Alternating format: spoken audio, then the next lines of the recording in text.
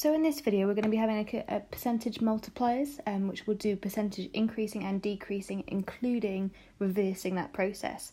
So we're going to quickly start off just by looking at, in terms of worded problems, which words are going to mean increase and which words are going to mean decrease. So if you have time, just pause the video here, try and split them into increase and decrease, and then you can come back on and check them in a minute. Okay, so here's everything in the right place. So we've got interest, often used by banks to represent that their bank account might be going up due to the interest. Profit, so that's when we've made more money selling the product than we did paying for it, so there's going to be a profit. The opposite of that would be a loss, so perhaps we'll add that into the decreased version. We've also got inflation, so that's when the price of things might go up, and rise, of course, meaning increase. In decrease then we've got reduced, sale, which you're probably quite used to, depreciate, another fancy word to say that something's going down in value, off, so sort of thinking like a certain percentage off in a sale, a drop in a price, or a loss. Okay, so when we're doing percentages, we can use this formula triangle in the top left-hand corner known as BAM. So B stands for the before amount, A stands for the after amount, and M stands for the multiplier. Okay, so hopefully you're already familiar with finding the multiplier, that we always start with 100%. If we're increasing, we'll add on, and if we're decreasing, we'll subtract the percentage, and then we'll convert that percentage into a multiplier. So we'll see how that works here. So in this question, it says a t-shirt is reduced by 32%. So straight away we're recognising that word reduced, and we know it's a decrease. And then it says it now costs £34, and it's asking how much did it cost before. So if we look at all of that information, hopefully that tells us what we need to know. So if it now costs £34, then that is the after value. From reduced by 32%, we can get our multiplier. So as we said before, we start with 100%, we take away 32% because it's a reduction.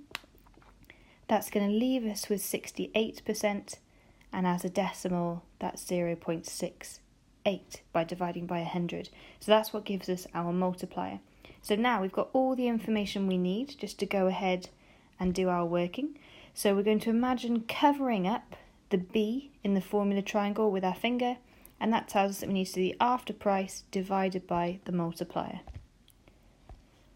So before price is the after price over the multiplier, and therefore it's 34 over that multiplier of 0.68, and that gives me an original price of £50. Of course, we could now check that by finding 32% of 50 and subtracting it and making sure that we did end up with that £34. Right, example 2. So we'll start off by highlighting our information like we last did. So it says it usually costs £40, but it only costs £35 in the sale. And then it's asking us what discount. So looking at that information, it says it usually costs £40. That would be before any kind of percentage change. And after the sale has happened, it's costing £35. And therefore, when we're looking for the discount, we're going to be trying to find out the multiplier. So this time, we're covering up the M with our thumb, and it tells us to do A over B. So we'll write down multiplier equals A over B, which is 35 over 40, which comes out as 0.875. Now, of course, that doesn't actually give us a percentage discount yet.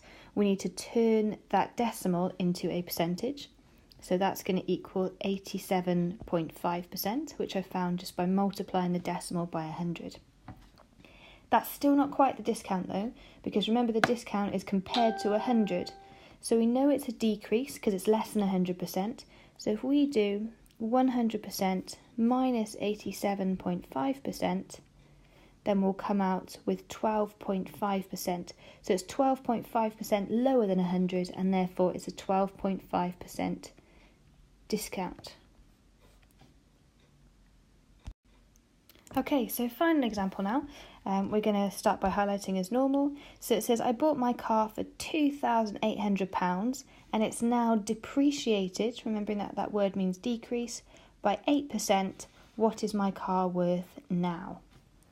So, of course, when I first bought it, no depreciation had happened, that was just its value. So this is my before value of my car. Depreciating by 18% is going to give me my multiplier, and I'm being asked, what is my car worth after it has depreciated? So we'll begin with the multiplier calculation. So the multiplier is 100 minus the 18 because it's a decrease. Like we said before, remember, if it was an increase, we would simply be replacing this minus with a plus. So 100 minus 18 is 82%. All of these are percentages, and that is 0.82. So now we have our multiplier. We can continue with the formula triangle. So this time we're trying to work out what it is afterwards. So covering up the A, it tells me to do B times M, all on one line. So before times the multiplier. So the after is the before times the multiplier. So before price of 2,800 times a multiplier of 0.82. And that's going to come out at £2,296. Again, I'm going to do a quick sense check. I'm going to make sure, first of all, that this is lower than it started with because I know it's depreciated over time. And I'm going to maybe check by finding 18% of that and taking it away, making sure I'm getting the right answer. Okay, so hopefully you've been happy with those examples so far. So here are 5 questions you could have a go at. Then pause the video to have that go, and then when you unpause it, the answers will show up.